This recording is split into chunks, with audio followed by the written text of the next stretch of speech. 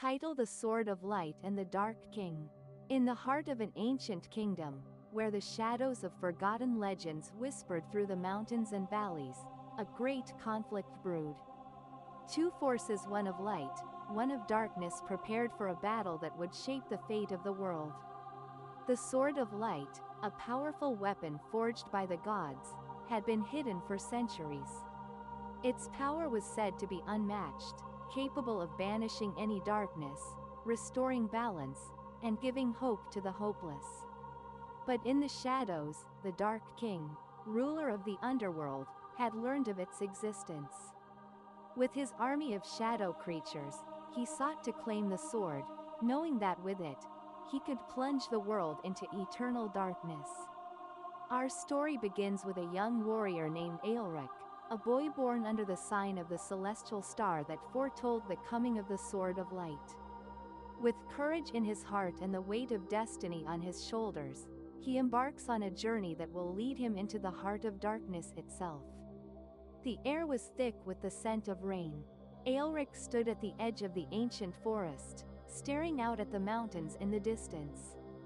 The sky, heavy with dark clouds, seemed to whisper secrets he could not hear. His heart raced as if it could sense the approaching storm. "You are the chosen one, Aelric," said the voice of Eldara, the village elder. Her frail hands held a scroll that seemed to glow with a faint, otherworldly light. "The prophecy has been fulfilled. The Sword of Light lies within your reach, but you must first face the Dark King." Aelric's mind swirled with questions. The Dark King? Was this some kind of legend? A story to scare children? But looking into Eldara's eyes, he knew that this was no tale. "How do I find it?" Aelric asked, his voice barely a whisper. Eldara raised the scroll to her lips, speaking a single word: "Follow the light." Aelric's journey took him through dense forests where the trees towered like giants, their roots twisted and gnarled. The deeper he traveled, the more the forest seemed to change, its once warm light dimming into an eerie twilight. He followed the path illuminated by the stars above, their glow seeming to guide him. As the days passed, Aelric grew weary, but he could not turn back. He knew that the world's fate rested in his hands. Aelric's travels were not without danger. He encountered creatures of shadow beasts that lurked just beyond the edge of his vision. At night, the sounds of their movements echoed through the trees, sending chills down his spine. But Aelric was determined, and each time the shadows attacked, he fought back, his sword gleaming with an inner light that cut through the darkness. After weeks of travel, Aelric arrived at the Cave of Trials, a place said to test the true worth of those seeking the Sword of Light. Inside, the cave was dark, its walls covered in ancient runes that pulsed with a strange energy. As he ventured deeper, he felt the presence of something ancient, something powerful watching him. At the heart of the cave stood a pedestal, upon which rested the Sword of Light, its blade radiating a soft, golden glow. But as Aelric approached, a figure emerged from the shadows: the Dark King himself. "You are brave to come this far," the Dark King said, his voice like the sound of rustling leaves in the wind. His eyes glowed with malice, his presence a suffocating weight. "But you are too late. The sword is mine." The cave trembled as Aelric and the Dark King clashed, their swords ringing through the air. The Dark King's weapon was forged from the deepest shadows, its blade a black void that seemed to devour the very light around it. Aelric's sword, however, shone like the sun, its light pushing back the darkness with each strike. For what seemed like hours, they fought, light against dark, hope against despair. But Aelric's strength began to wane, his body aching with the weight of his struggle. The Dark King's laughter echoed through the cave, growing louder with each passing moment. "Is this all you have, child?" the Dark King taunted. "The sword cannot save you now." But Aelric, with the last of his strength, raised the Sword of Light high, calling upon the power that lay within it. A beam of pure light shot from the blade, enveloping the Dark King in its brilliance. When the light faded, the Dark King was gone, his shadowy form vanquished. Aelric stood alone in the cave, the sword of light still in his hand, its glow now steady and calm. The world outside had changed. The darkness that had once threatened to consume it had been banished, and the sun began to rise, casting its first rays upon the land in centuries. Aelric's journey had not only defeated the Dark King, it had brought about the dawn of a new era. As Aelric left the Cave of Trials behind, the weight of the battle with the Dark King still lingered. Despite his victory, a part of him remained uncertain. He had faced the enemy, but the cost of this journey, both physically and emotionally, had begun to take its toll. Am I truly the one destined to wield this power? He questioned as he wandered through the quiet, now peaceful landscape. Can one person truly save the world? As he traveled, he found an old man sitting by a stream, his face weathered by time, but his eyes full of wisdom. The man spoke before Aelric had a chance to ask. The sword grants power, but it is the heart that guides it, the old man said. A great warrior can hold the sword, but it is only the one who understands their own heart who will truly control it. Aelric knelt by the man, feeling a strange sense of peace. The battle was not over, and his true trial, his understanding of himself, had only just begun. The journey ahead led Aelric to the Valley of Echoes, where the very air seemed heavy with whispers. There, he was confronted not by another physical enemy, but by the shadows of his own fears and doubts. In the heart of the valley, Aelric saw a vision of himself, note the young warrior of light. But a darkened version of himself, one who had fallen to despair and hatred.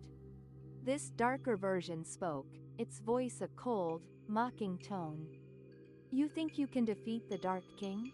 You are nothing but a fool, destined to fail like all the others before you, the shadow of Aelric sneered. You are weak. You always have been. Aelric's heart pounded.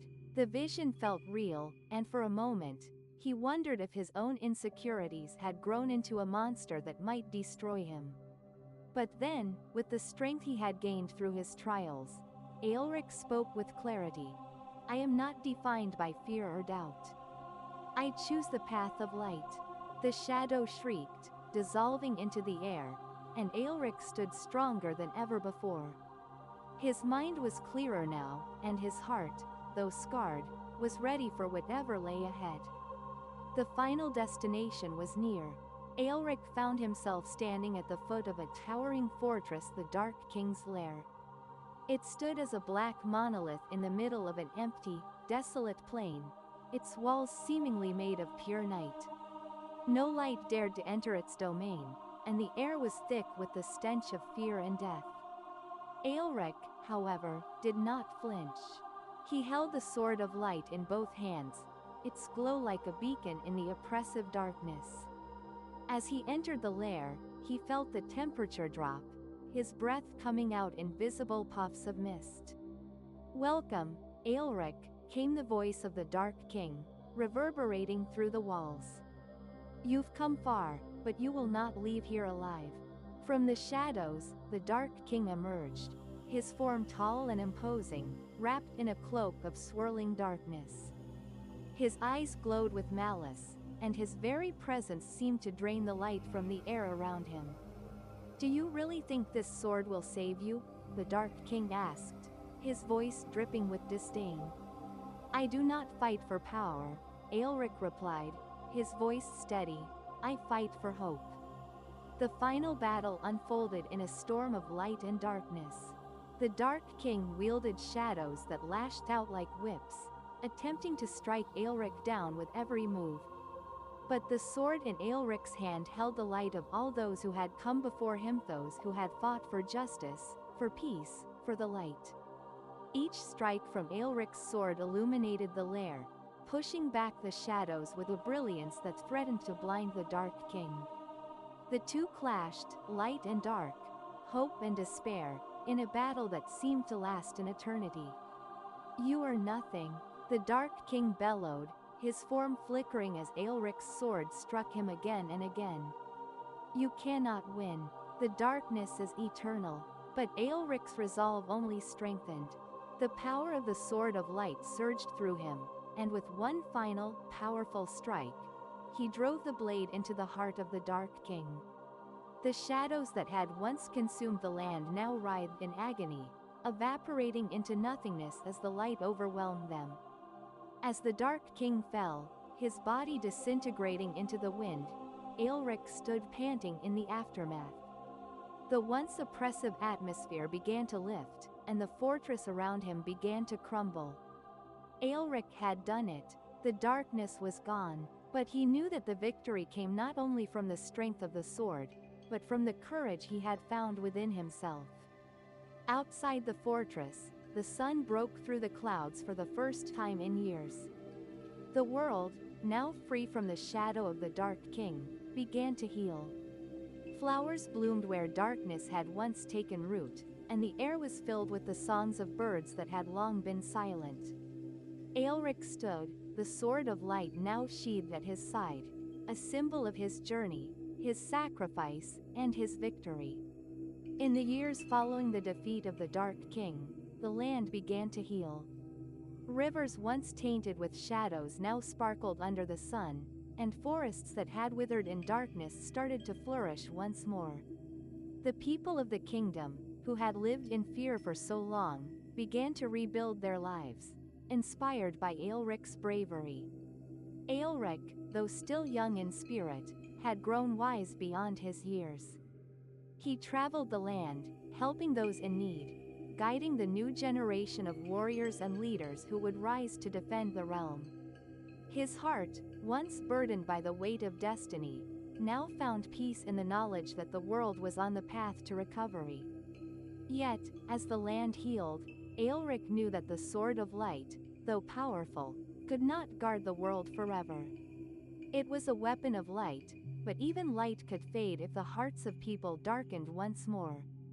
And so, he made the difficult decision to hide the sword, not as a symbol of power, but as a reminder of the responsibility that came with wielding such strength.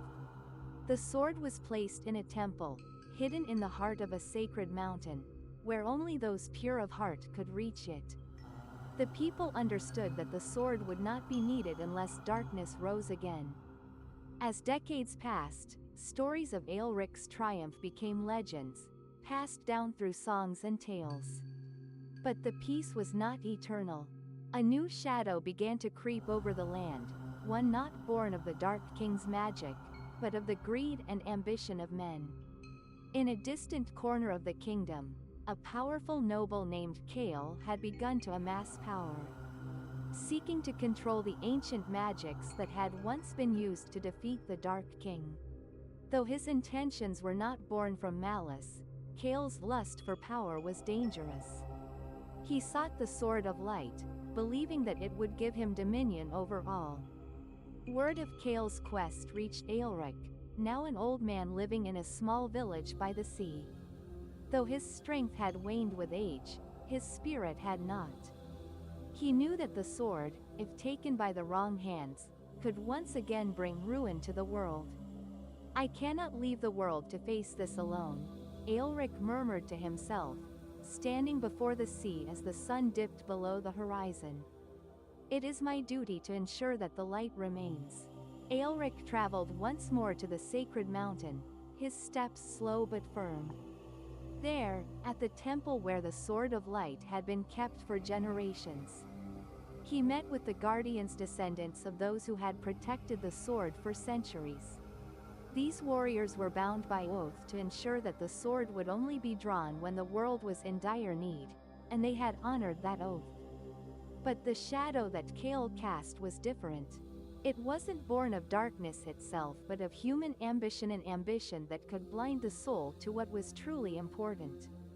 The guardians spoke to Aelric of Kael's growing army, his ambition turning him into a tyrant in the eyes of the people.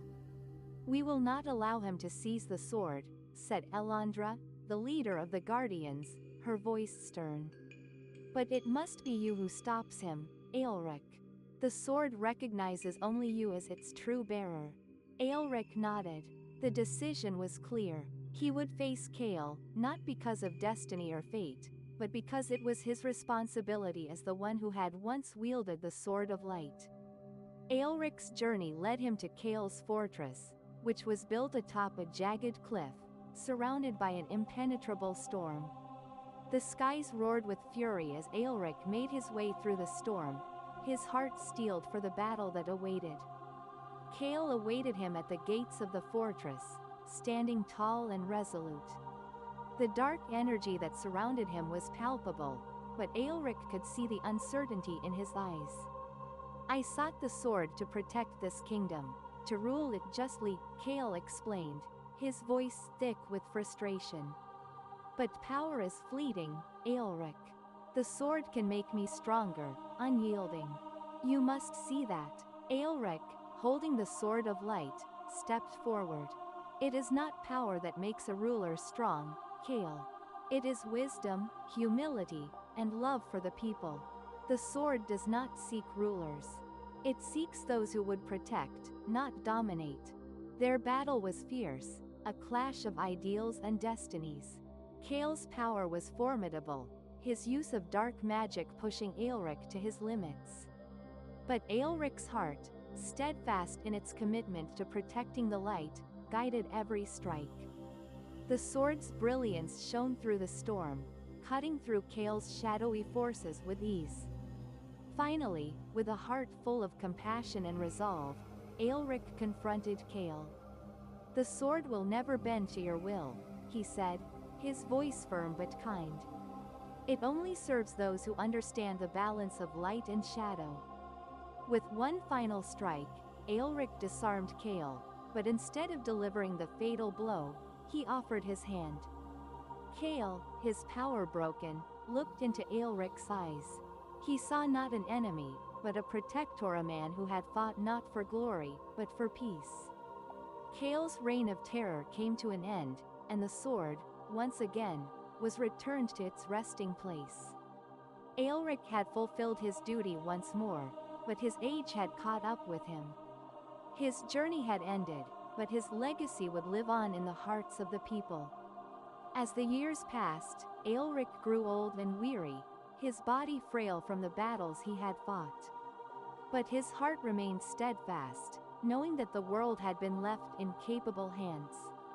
One peaceful evening, as the stars sparkled in the sky above, Aelric sat beside the sea, the waves lapping gently at the shore. He smiled, content, knowing that he had lived a life of purpose and had seen the light triumph over darkness once more. As he closed his eyes for the last time, a gentle breeze stirred the air, carrying with it the soft glow of the Sword of Light, which had now become a beacon for the future. The light would never fade.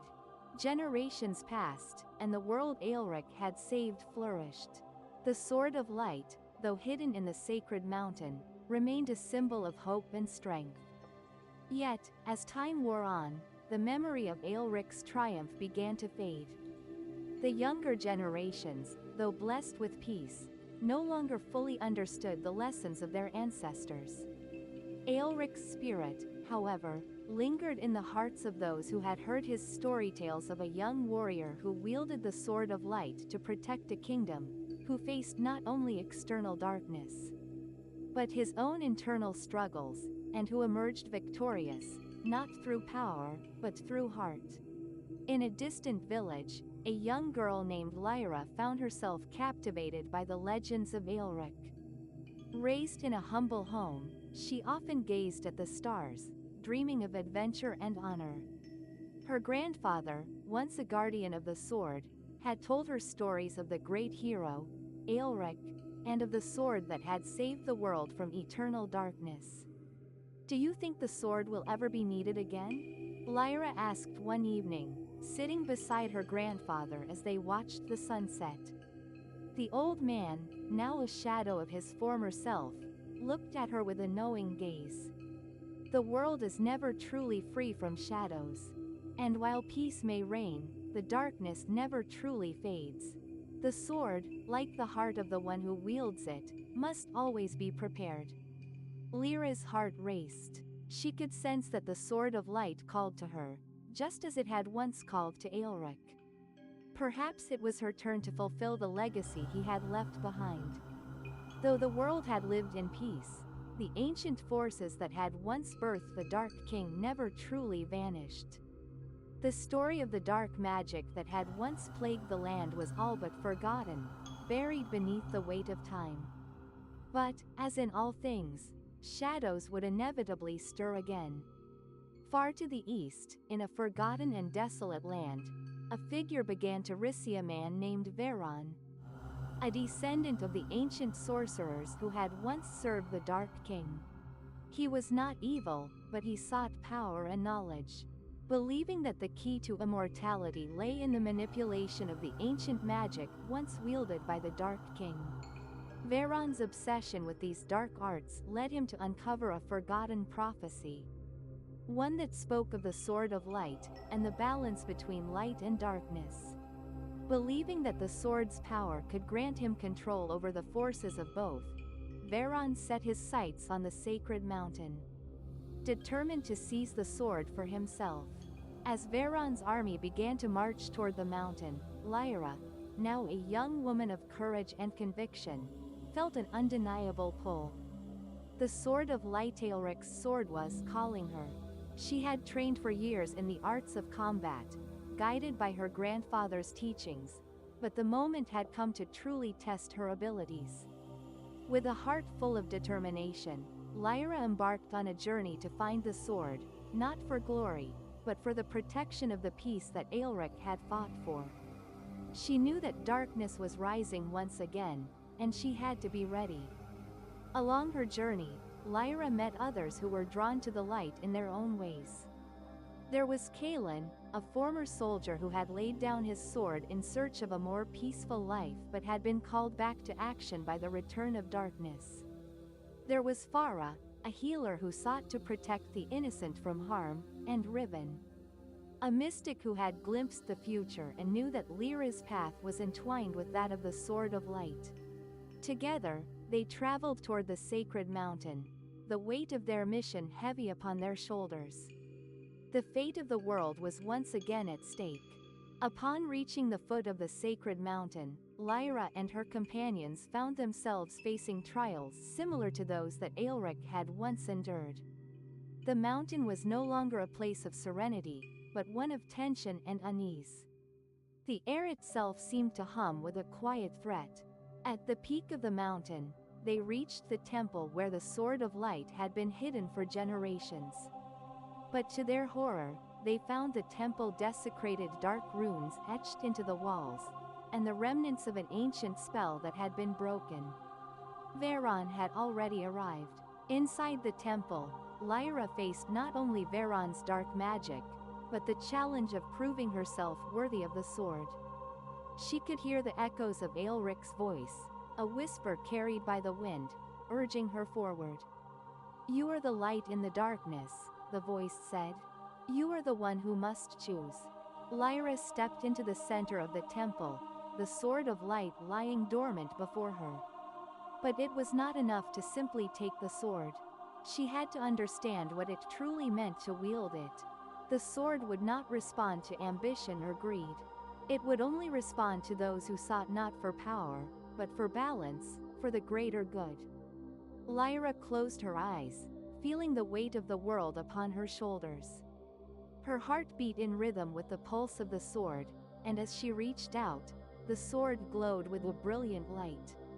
With the Sword of Light in her grasp, Lyra stood tall, her companions by her side. The darkness had returned, but so had the light.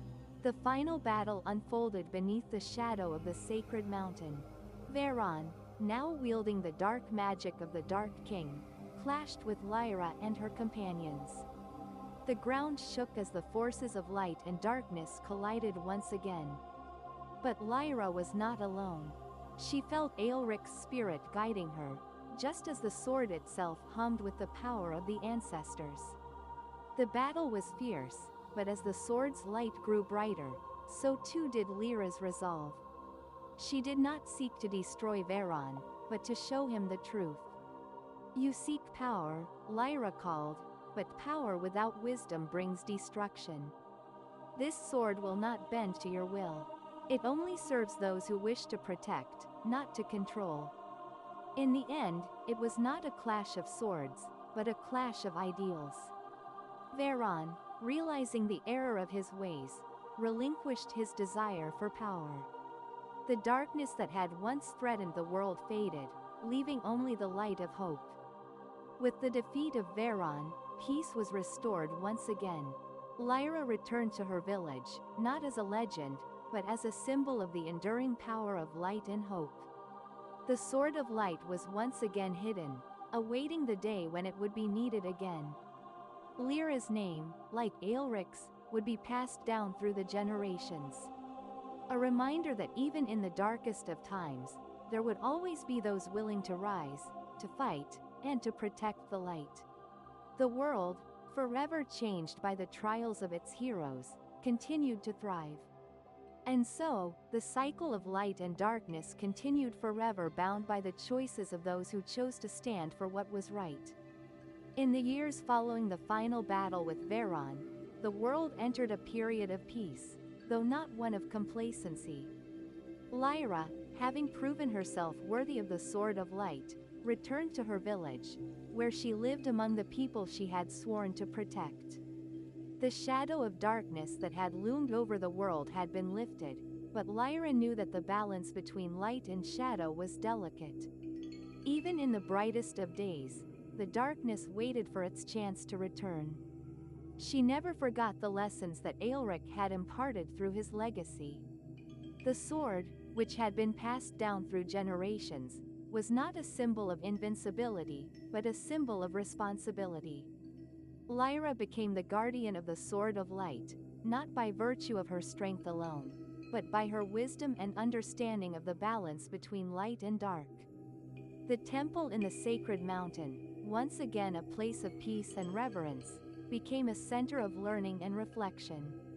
Scholars and mystics came from across the land to study the sword's history, to understand the ancient magic that had shaped their world, and to learn the lessons of those who had come before them.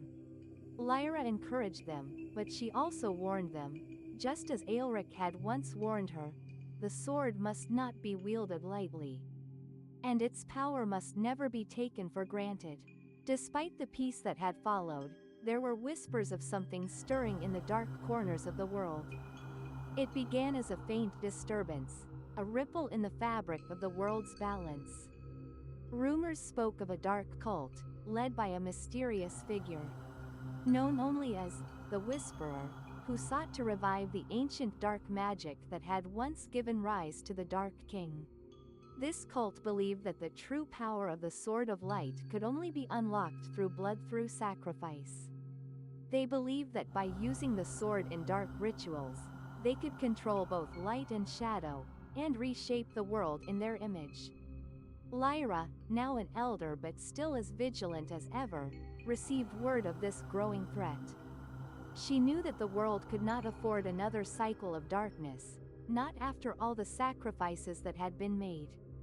Though the sword was hidden, its power was always within reach. The cult, it seemed, was searching for it. Lyra gathered her most trusted allies, those who had stood by her side during the battle against Veron. Kaelin, now a skilled tactician, Farah, who had become a healer and protector of the land, and Ribbon, whose visions had once guided them through the darkest times, all joined her. Together, they set out on a journey to stop the cult before they could reach the sword. The journey led them into the forgotten depths of the world, to places that even the bravest of warriors had never dared to venture. The Whisperer's cult was no ordinary enemy. They were elusive, working from the shadows, gathering power and followers from across the lands. As Lyra and her companions delved deeper into the heart of the cult's territory, they uncovered ancient ruins, remnants of the lost civilization that had once wielded the same dark power that had been used by the Dark King. It became clear to Lyra that the cult's ambitions were not just about the Sword of Light, but about resurrecting the forgotten magic that had shaped the world long before Aelric had risen to stop it. In a hidden temple deep in the mountains, Lyra and her allies faced the cult's leadersmen and women corrupted by their thirst for power. At their head stood the Whisperer, a shadowy figure whose face remained hidden behind a mask of darkness. His voice, when he spoke, was like 1,000 whispers, each word laced with ancient power. "Do you think the light can stand against the inevitable?" the Whisperer asked, his voice echoing in the temple's vast, cavernous walls. "Darkness has always been a part of the world. You cannot banish it forever. It will always return." Lyra raised the Sword of Light, its brilliance filling the chamber. "The darkness may return," she said, "but it will never overpower the light as long as there are those who choose to protect it." With that declaration, the battle began. The Whisperer's magic clashed with the radiant power of the sword, and the very earth trembled under the weight of their struggle. The battle was fierce, but Lyra's resolve never wavered. She had learned long ago that the true strength of the Sword of Light lay not in its physical power, but in the purity of one's heart. It was not the weapon that chose its bearer, it was the bearer who chose how to use it. As the battle reached its peak, Lyra found herself standing face to face with the Whisperer. His dark magic swirled around him like a storm, yet the sword's light pierced through it, shining brighter than ever. "You are right about one thing," Lyra said, her voice unwavering. "The darkness will always try to return, but it will never defeat those who choose to stand against it." With one final strike, Lyra used the sword's light to banish the Whisperer's magic. But rather than destroy him, she gave him a choice, the same choice that Aelric had given Kael so long ago. "You can walk away from this darkness. You can choose a different path." For a long moment, the Whisperer stood in silence, his mask cracked, revealing a face worn with age and regret. Slowly, he dropped to his knees. "I was blinded by my own thirst for power," he whispered. "I see now that the light can never be conquered by force. It must be embraced." With that, the cult's influence was broken, and the world was once again saved from the brink of destruction. As the years passed, Lyra grew old, but the legacy of her deeds lived on. The Sword of Light, though still hidden in the sacred mountain, was no longer just a weapon, it was a symbol of hope and resilience. Lyra had proven that no matter how many times darkness rose, there would always be those who would choose to stand for the light. Before her passing, Lyra passed the mantle of guardian to a new generation, a young warrior named Kaelin's daughter, Alira. She had been raised on the stories of her mother's bravery and the lessons of the Sword of Light. Lyra knew that the sword would never truly be needed unless the world was again in peril. But she trusted that it would always be there, waiting for the right person to take up its cause. And so, the cycle continued, with each generation passing on the lessons of light, knowing that while darkness may always return, it would never win as long as there were those who chose to protect the light. The Sword of Light would shine forever, as long as there were those who believed in its power. Centuries passed, and the world had changed. What was once a land steeped in ancient magic had evolved into a sprawling empire, where technology and science intertwined with the old ways. The stories of the Sword of Light and its legendary wielders became little more than myth, lost to the changing tides of time. The sacred mountain, where the sword was said to rest, was now little more than a place of pilgrimage for those who sought to reconnect with the past. But even in a world of progress, darkness, as it always did, began to stir once again. A new threat, far different from the cults of old, emerged from the depths of forgotten history. This time, it was not a sorcerer or dark king, but something far more insidious, a force of corruption born from the land itself. A mysterious plague, known as the Shadow Rot, began to spread, decaying both the land and the people who came into contact with it. The rulers of the empire, helpless against this new affliction, turned to ancient texts and forgotten prophecies. It was then that they rediscovered the tale of the Sword of Light, and the legacy of its wielders. Scholars and mages alike began to search for the truth, hoping to uncover the key to stopping the shadow rot. As they scoured the ancient archives, one name emerged from the depths of history: Lyra. The last of Lyra's bloodline, the child who had taken up the mantle of guardian. It was said that she had passed on the sword to another before her death, but the records were unclear. The sword had vanished, and with it, the hope of the world. In a small village on the outskirts of the empire, a young woman named Saris lived a quiet life. She was a skilled healer, known for her ability to cure ailments that others could not. But she had always felt a strange calling, an unshakable sense of purpose that guided her actions. Saris had grown up hearing the stories of the Sword of Light and its legendary wielders. Her grandmother, a descendant of the ancient guardians, had often told her tales of the great warriors who had protected the world from darkness. But like most people, Saris had dismissed them as mere legends until the plague of shadow rot began to ravage her village. One fateful night, as Saris tended to the sick in her cottage, she had a vivid dream in which she saw a figure cloaked in light, holding the Sword of Light high above the land. The vision spoke to her, saying, "You are the one who must restore the balance. You are the one who must find the sword." When Saris awoke, her heart raced. She knew that the time had come to seek the sword, not only to save her village but the entire world. The vision was clear, and the calling undeniable. Saris set out on her journey, leaving behind the only life she had ever known. She was guided by an ancient map, one passed down through her family, which pointed her toward the sacred mountain where the sword was said to be hidden. Along the way, she encountered others drawn to her cause, each with their own reasons for joining her quest. There was Kalen, a young warrior who had lost his family to the shadow rot. Driven by vengeance and a thirst for justice, he had spent years honing his skills, but he lacked direction until he met Saris. His anger, though fierce, was tempered by a deep respect for the healing arts that Saris practiced. Then there was Amara, a scholar from the city who had uncovered the ancient texts that spoke of the Sword of Light. Her mind was sharp, and her knowledge of history was unparalleled. She joined Saris to uncover the secrets of the sword and its true purpose, believing that its power could be the key to saving the empire. Together, the three travelers journeyed across the land, through forests, deserts, and mountains, battling the creeping shadow that sought to devour the world. Along the way, they discovered remnants of past civilizations, ancient ruins that spoke of the sword's past and the heroes who had wielded it. After months of travel, Saris and her companions arrived at the sacred mountain.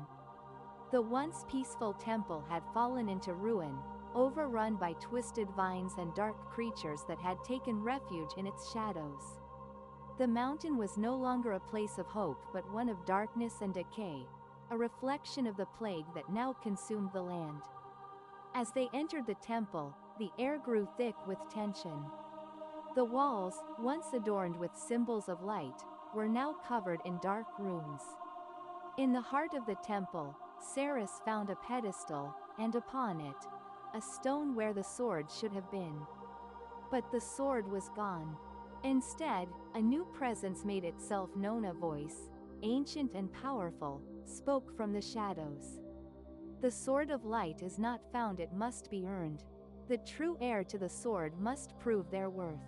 The voice was that of a spirit, a guardian of the sword's legacy. It revealed that the Sword of Light was not merely a weapon, it was a reflection of the one who wielded it. Only someone pure of heart, someone who truly understood the balance between light and dark, could claim it. Saris stood before the pedestal, her heart heavy with the weight of the world's fate. She knew that she was not yet worthy of the sword, but she also understood that her journey was only beginning. The sword would not choose her until she had proven herself. In the heart of the temple, Saris faced her final trial test of both her strength and her spirit. She was confronted by illusions, by manifestations of her deepest fears and desires. The temple challenged her in ways she never expected, pushing her to confront the darkness within herself, the fear of failure, and the loss of those she loved. But as the trials came to a close, Saris found herself standing alone, bathed in light. The voice spoke again, this time not as a distant echo, but as a familiar presence. You have passed the trials, Saris. You are worthy. With trembling hands, Saris reached for the sword, which materialized before her. The sword of light, no longer a symbol of legend but a living testament to all who had fought for it, was now hers to wield. Saris returned to her village, the sword of light in hand, ready to face the shadow rot that still ravaged the land. But now, with the sword's power coursing through her, she understood its true purpose: not to destroy, but to heal. The sword was a beacon, not of violence, but of restoration. Together with Kaelin, Amara, and the people of the Empire, Saris fought to rid the world of the plague that threatened to consume it. Through her strength, her heart, and the wisdom she had gained along the way, Saris brought balance back to the world just as Aelric and Lyra had done before her. Saris, now the bearer of the Sword of Light, had restored hope to the world, but her work was far from over. Though the shadow rot had been eradicated from her village and surrounding regions, it became clear that the plague was not an isolated phenomenon. A subtle shift had occurred in the balance of the world. The light, now represented by the sword in Saris' hands, was inextricably linked to the forces of darkness that had once threatened to consume the world. For every piece of land that was healed, for every shadow that was dispelled, a new darkness emerged, more insidious than before. This time, it wasn't the shadow of a single sorcerer or cult, it was the very fabric of the land itself. The remnants of the ancient, forgotten magics that had shaped the world long ago. Saris began to understand that the Sword of Light was not a tool of destruction, nor merely a weapon of hope. It was a key, a force that brought both light and shadow into alignment. As the sword wielded the power to heal, it also created a vacuum, drawing from the darkness it erased. The next phase of Saris' journey took her beyond the familiar borders of her home. The Empire had heard of her victory, and a growing number of followers believed that Saris, with the Sword of Light, could end the plague and banish darkness once and for all. But she had learned to tread carefully with such hopes. Saris gathered a council of sages and scholars to better understand the true nature of the sword and the forces it commanded. They had begun researching ancient texts, ones that predated even the rise of Aelric, the original guardian of the sword. It was during this time that a new prophecy was discovered, one that spoke of the rising dark, a force that could never be fully vanquished. The prophecy warned that any attempt to rid the world of darkness entirely would create an even greater evil, an eternal struggle that would never end. The balance must be preserved, but it could never be fully eradicated. Saris, realizing the true nature of her responsibility, began to understand the weight of the sword's legacy. The Sword of Light was not meant to conquer darkness permanently, it was meant to maintain a delicate balance. A cycle where light and shadow existed side by side, neither allowing the other to completely dominate. The balance, fragile as it was tested when Saris began sensing strange fluctuations in the flow of magic across the land. The forces of light and shadow that had been held in harmony by the sword were beginning to shift violently, creating rifts in the fabric of reality. Saris traveled to the ancient sites of power places where the old gods of light and darkness had once been worshipped to seek answers. In the ruins of one such temple, she encountered a strange artifact. A shard of crystal that seemed to pulse with dark energy, resonating with the very essence of shadow. This shard, it seemed, had been left behind by the Dark King, an ancient remnant of the magic he had wielded. The rift had been created not by any enemy, but by the power of the sword itself, drawing upon the ancient energies that had long been buried. Saris understood that the sword's power, while a beacon of light, was also a catalyst for awakening the darkest remnants of the world. The more she used it to heal, the more the balance was disrupted, causing the shards of the old world to rise and disrupt the peace she had worked so hard to restore. With this realization came a heavy burden. Saris could no longer wield the sword recklessly. To continue to use the sword of light would mean destabilizing the very fabric of the world. Yet, to let the sword fall into obscurity again would leave the world vulnerable to chaos. Saris retreated to the temple where she had first received the sword, seeking counsel with the spirit of the guardian that had guided her through her trials. The spirit, once a beacon of wisdom, now appeared worn, its once strong presence flickering like a candle in the wind. "The sword is not a tool, Saris," the spirit spoke softly. "It is the embodiment of your choices. You must understand that the darkness is not an enemy to be destroyed. It is a force to be understood, to be kept in check. The light that you wield is powerful, but it is also fragile. Do not shatter the world you seek to save." The spirit's words echoed in Saris' mind as she realized the full scope of her responsibility. She was not just a wielder of the sword, she was its keeper. The sword had no inherent will, it was a reflection of her heart, her choices. It would be up to her to navigate the delicate balance between light and dark. Rather than continuing to fight the darkness with the sword's power alone, Saris sought another way. She knew now that true healing came not from the sword, but from the light within herself, within the people she protected, and within the land itself. Saris began to spread the teachings of balance and harmony, encouraging the people of the empire to understand the nature of the shadow, to face their own darkness, and accept it as a part of the world, just as they embraced the light. She traveled far and wide, spreading this wisdom, teaching that true strength came not from eradicating darkness, but from learning to coexist with it, just as the sword had once done. In time, the world began to heal not through force, but through understanding. The sword of light, no longer a symbol of destruction, became a symbol of balance. Saris kept it close, a reminder of the choice she had made, not to defeat the darkness, but to walk alongside it, ever vigilant and ever wise. As Saris grew older, she knew that her time would soon come to an end. But she did not fear death. She had passed on the teachings to her successors, young warriors and scholars who understood the delicate balance between light and shadow. They would continue her work, keeping the sword's legacy alive, but knowing that true strength came from within, not from the blade itself.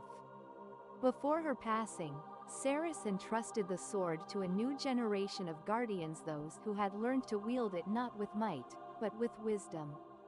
And so, the cycle began again, not of destruction, but of preservation, of keeping the balance intact.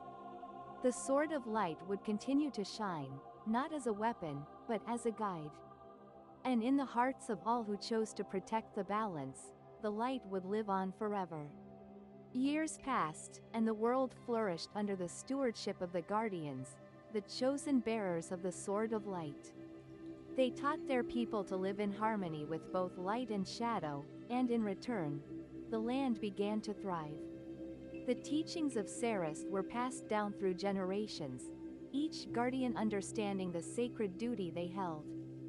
But peace, as always, proved to be fleeting. A new force, different from the corruption of the shadow wrought, began to stir deep within the earth. It was not born of darkness, nor was it of light. It was a primal force, something ancient and untamed that had been hidden for eons beneath the surface of the world.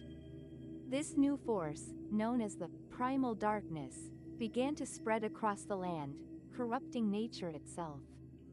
At first, it was small, a patch of land where crops withered and animals fled. But it soon spread like wildfire, affecting entire forests and towns. Unlike the shadow rot, which had been a disease of the flesh, the primal darkness corrupted the very essence of life. Trees grew twisted and malformed, their roots extending like veins into the ground, draining the very life force from the earth. The guardians, uncertain how to combat this new threat, turned to the ancient texts once more. But they found no answers. The primal darkness was not a force that could be defeated through mere wisdom or power. It was a force that defied understanding, and its reach seemed limitless. Ceres had long passed, and the guardians had forgotten one crucial lesson in their attempts to keep the peace that light, no matter how strong, could never stand alone. The darkness, too, had its place in the world.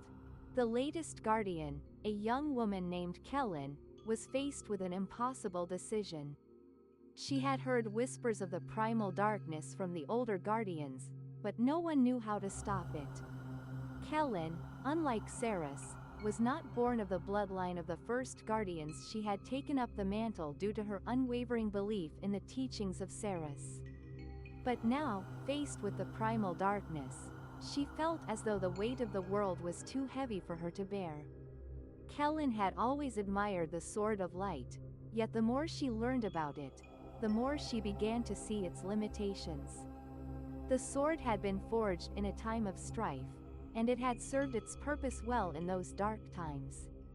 But in a world that now sought peace and balance, Kellen wondered if the sword's very existence was part of the problem. She sought counsel from the guardians who had come before her, hoping they had answers that might help her understand how to face the primal darkness. One old guardian, who had served alongside Ceres, offered her a cryptic warning. "The sword is not a weapon, Kellen," the old guardian said. "It is a symbol, a reflection of the wielder's heart. It is not meant to vanquish all shadows, for shadows are necessary for light to exist. You must find another way, one that does not rely on power alone." Kellen knew that the time had come for her to make a choice. She had always been a firm believer in the balance between light and shadow, but now she realized that the world was facing a new kind of darkness, one that could not be measured by the same standards that Ceres had used. In her search for a solution, Kellen journeyed to the Forbidden Temple, a long-forgotten place of power where the earliest guardians had once gathered to meditate on the nature of the world. The temple was said to hold secrets about the primal darkness, secrets that no one had dared to uncover for fear of what they might find. As Kellen entered the temple, she was greeted by an eerie silence. The walls were lined with inscriptions of ancient symbols, some of which she recognized and others she did not. In the center of the temple stood an altar, upon which rested a strange relic, a mirror, framed in silver and etched with intricate runes. The mirror did not reflect Kellen's image, but instead showed a dark figure standing at the edge of a cliff, gazing into an abyss.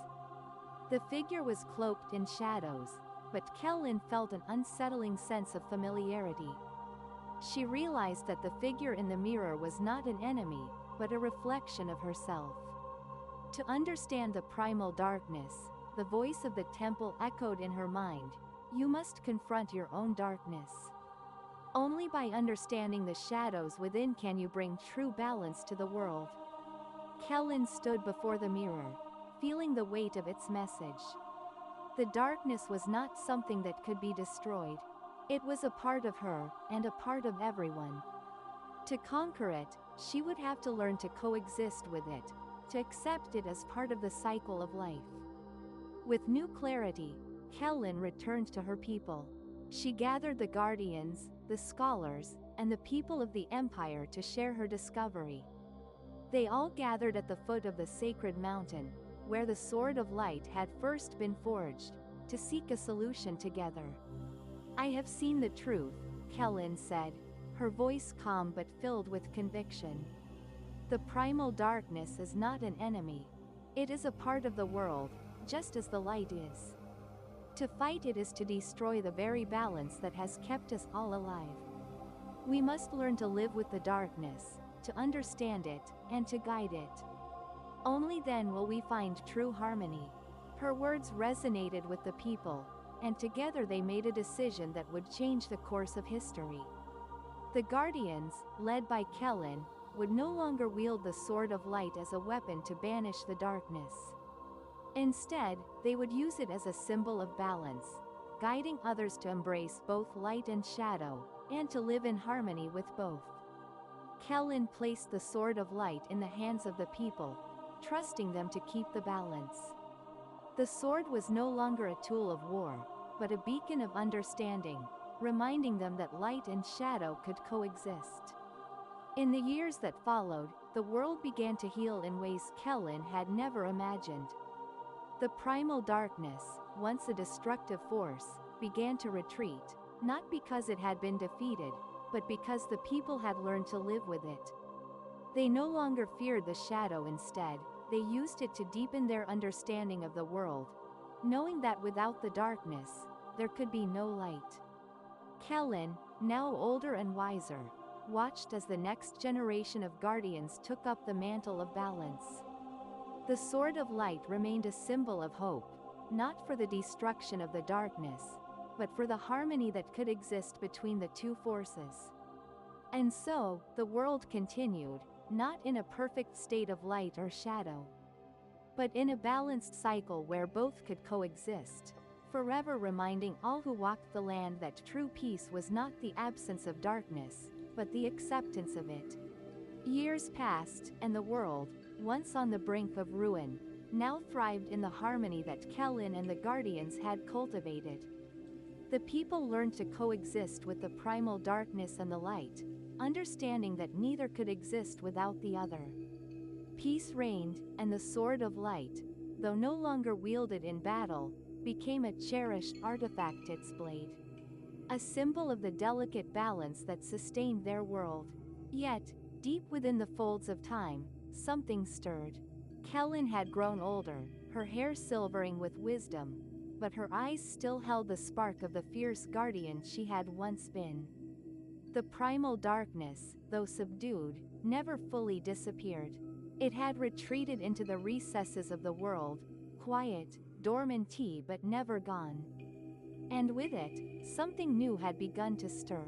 One day, while meditating in the sacred temple, Kellen felt a strange presence, an echo of a force older and deeper than the darkness she had known. It was a ripple in the fabric of the world, a disturbance that reached beyond the realms of light and shadow. "The loom of fate is fraying," an old sage whispered as he approached her.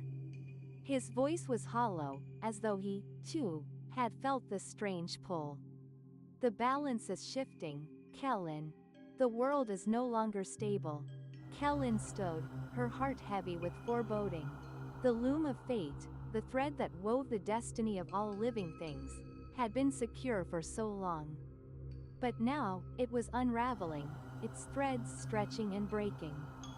Something had emerged from the cracks, a force not of light or darkness, but something far older, far more primal.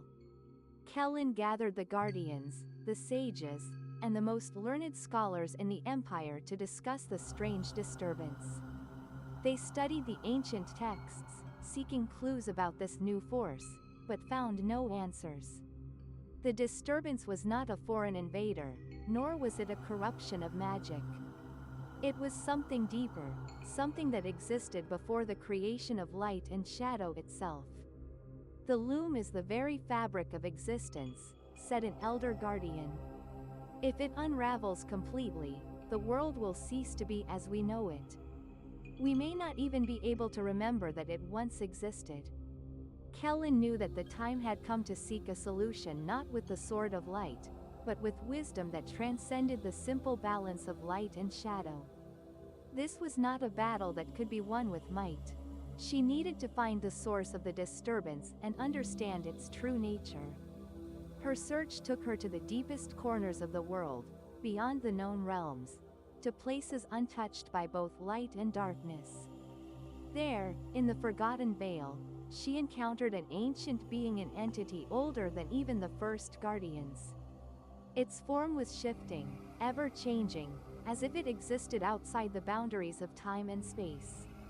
"You seek to understand the unraveling of the loom of fate," the entity spoke, its voice both distant and immediate, echoing in her mind. "But you cannot understand what you cannot see. You do not know what lies beyond the threads of your world." Kellen stood firm, feeling the weight of its words. "Then tell me what lies beyond. What is this force that threatens our world?" The entity's eyes, deep pools of shifting light, studied her intently. "You call it chaos, but it is not chaos. It is the essence of all things, before form, before order, before time. It is the source from which everything sprang. To understand it is to know that all things must end. Balance is not eternal. And when the threads of fate unravel, the world must return to the beginning." Kellen returned to her people, shaken by the knowledge she had gained. The force threatening to unravel the world was not an enemy to be fought, but a natural cyclone that was inevitable. The loom of fate had been woven, and it would someday be torn, returning the world to its primal state. But Kellen could not accept that the world, so beautifully balanced, should simply end.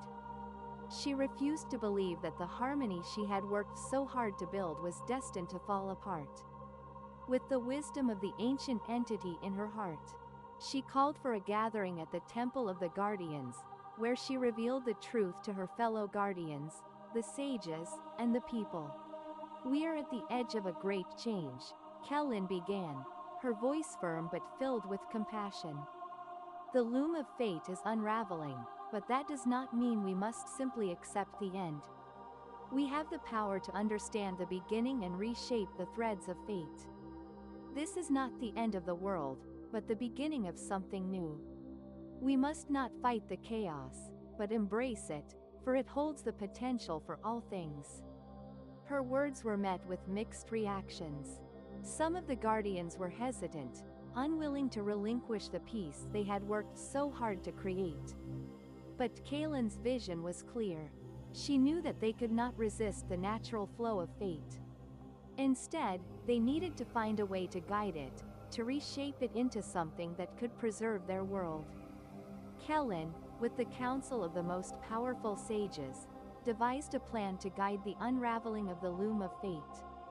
It would not be a simple task, for the threads of fate were tangled and ancient, and the force of chaos was not easily controlled. But Kellen believed that if they worked together, they could influence the course of the threads and ensure that the world would not fall into ruin. The Guardians, led by Kellen, journeyed to the very heart of the loom, a sacred site where the threads of fate were woven. They began the delicate task of weaving the threads back together, using their combined wisdom and power. The sword of light, once a symbol of balance between light and shadow, now became a tool of creation. It was no longer a weapon, but a key and instrument to shape the threads of fate itself. As Kellen and the Guardians worked, the primal darkness no longer a force of destruction, but a natural part of the cycle wove itself into the threads, providing the balance needed to prevent total chaos. The sword of light shone brightly, its blade carving through the fabric of fate, guiding the flow of time and existence. For days and nights, they worked, until at last, the loom was restored not to its original state, but to a new form. One that embraced the chaos and the order, the light and the darkness, the beginning and the end. With the loom of fate reshaped, Kellen stood at the edge of the world, gazing into the horizon. The world was not the same as it had been. but it was no longer in danger of unraveling. The threads of fate were now fluid, ever-changing, but held together by the wisdom of those who had chosen to guide them. Kellen had accepted that balance was not something that could be maintained forever. It was a cycle, a dance between the forces of light and darkness, of chaos and order. And now, as the world continued to spin, it would forever be shaped by those who chose to understand, rather than resist, the flow of fate. The sword of light, though still a symbol of hope, was no longer a weapon to wield. It was a reminder of the power of choice, of the responsibility to shape the world with wisdom and compassion. Kellen, now an elder, knew that her time was coming to an end. But she felt at peace. The world had been restored not to its original form, but to something greater. And the cycle would continue, as it always had, with the choice of each new generation to shape the threads of fate. Decades passed since the great restoration of the loom of fate. Under Kalen's guidance, the world had evolved into a place of peace, where light and darkness coexisted in harmony. The sword of light, no longer a weapon, was now a sacred relic, its blade glimmering with the power of balance. The guardians upheld Kalen's teachings, ensuring that the forces of chaos and order remained in equilibrium. But as with all cycles, new challenges arose from the ever-turning wheel of time. In a distant land, beyond the mountains where no one dared to tread, a new kind of energy had begun to stir, a force that was neither light nor darkness. It was an energy that had lain dormant since the beginning of time, a raw power connected to the very essence of creation. This energy, known only as the echo, began to spread, distorting reality and awakening ancient beings of forgotten power. The echo was not a destructive force like the primal darkness, nor was it a pure creation like the light. It was something that existed in the gaps between existence and non-existence, between creation and decay. The people who encountered it spoke of strange visions, of worlds within worlds, of beings that existed beyond the boundaries of time. At first, the disturbances were subtle flickers of light in the corners of the mind, strange dreams that blurred the line between waking and sleeping. But soon, these disturbances began to take physical form. Cities were encased in shimmering, translucent bubbles that bent time and space within their confines. People who ventured too close found themselves trapped in alternate versions of reality, where their actions no longer had any consequence, and time flowed in unpredictable ways. Kellen, now an elder, felt the stirring of the echo from the very core of the loom. The world had changed once more, and she knew that this new force, though not inherently evil, had the potential to unravel everything they had worked for. It was a force that threatened to disrupt the natural order, creating an existence beyond the cycles of light and darkness. The first signs of the echo were subtle, but Kellen felt its weight pressing on the fabric of fate. It was an ancient power, a remnant from the time before creation itself. As it grew, it began to reach into the hearts and minds of the guardians, drawing them into a trance-like state where time ceased to exist. In this state, they were no longer bound by the laws of the world. Nothing was real, and everything was possible. Kellen called upon the guardians to meet at the Temple of the Loom, a place where the very essence of fate was woven and shaped. The old guardians, those who had served under Saris and helped her shape the world, gathered around her, all sensing the new presence that disturbed the balance. "The echo is no mere force," Kellen said, her voice steady but tinged with concern. "It is the primordial energy of creation itself. It is neither good nor evil, it simply is. And if left unchecked, it will rewrite the very fabric of the world.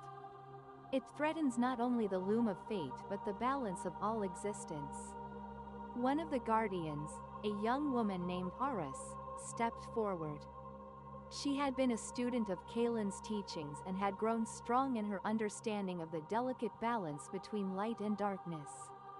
How do we stop it, Kellen? How can we control something that is beyond light and darkness, beyond the loom? Kellen looked at Aris, her gaze filled with both sorrow and wisdom. We cannot stop the echo. We must understand it. Only then can we find a way to coexist with it. The Guardians, though uncertain, agreed to embark on a journey to understand the echo and its true nature.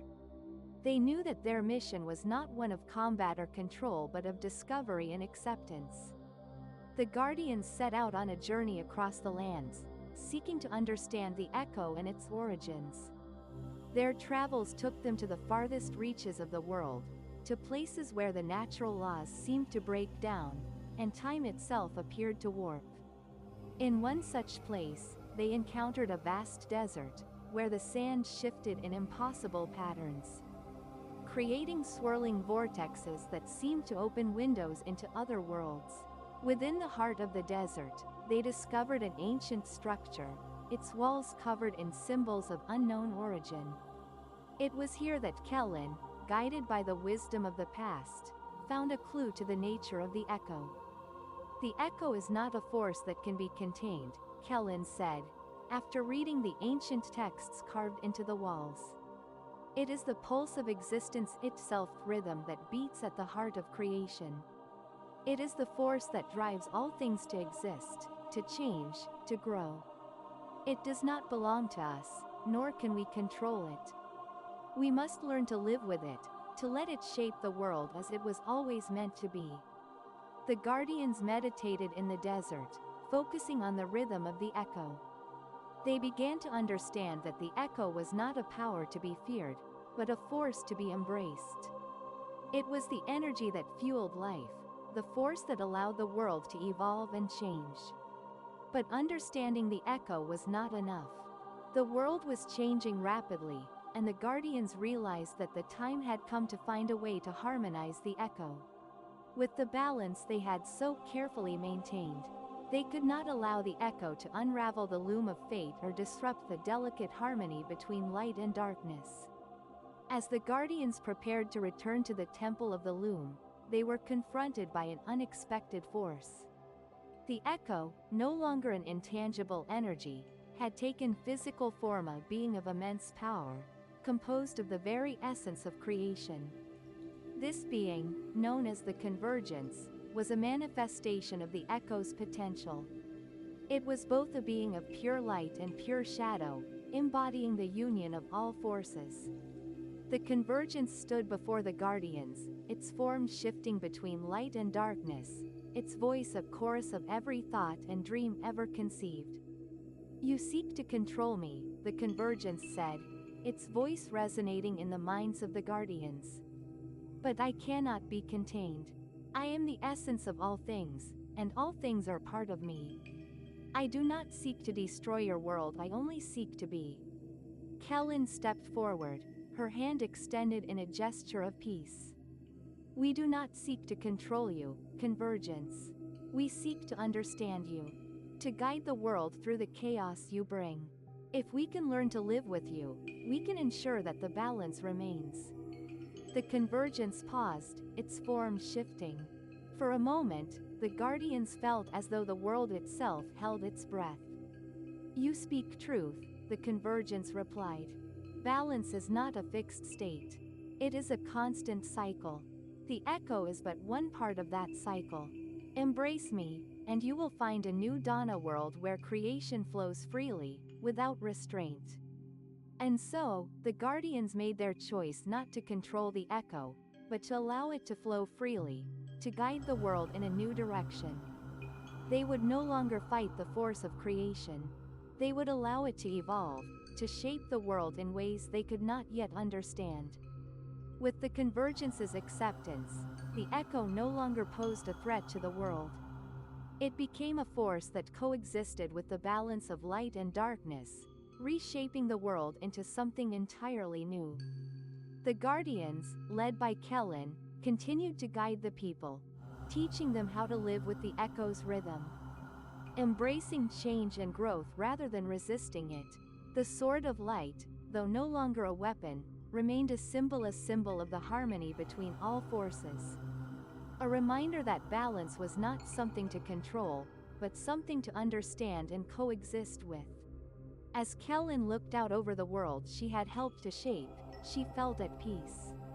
The cycle was not over, and it never would be. The world would continue to evolve, guided by the rhythm of the echo, the balance of light and darkness, and the wisdom of those who walked its path. And in the end, Kellen knew that the story of the Sword of Light and the convergence was not an end, but a new beginning. Today's story ends here. See you later.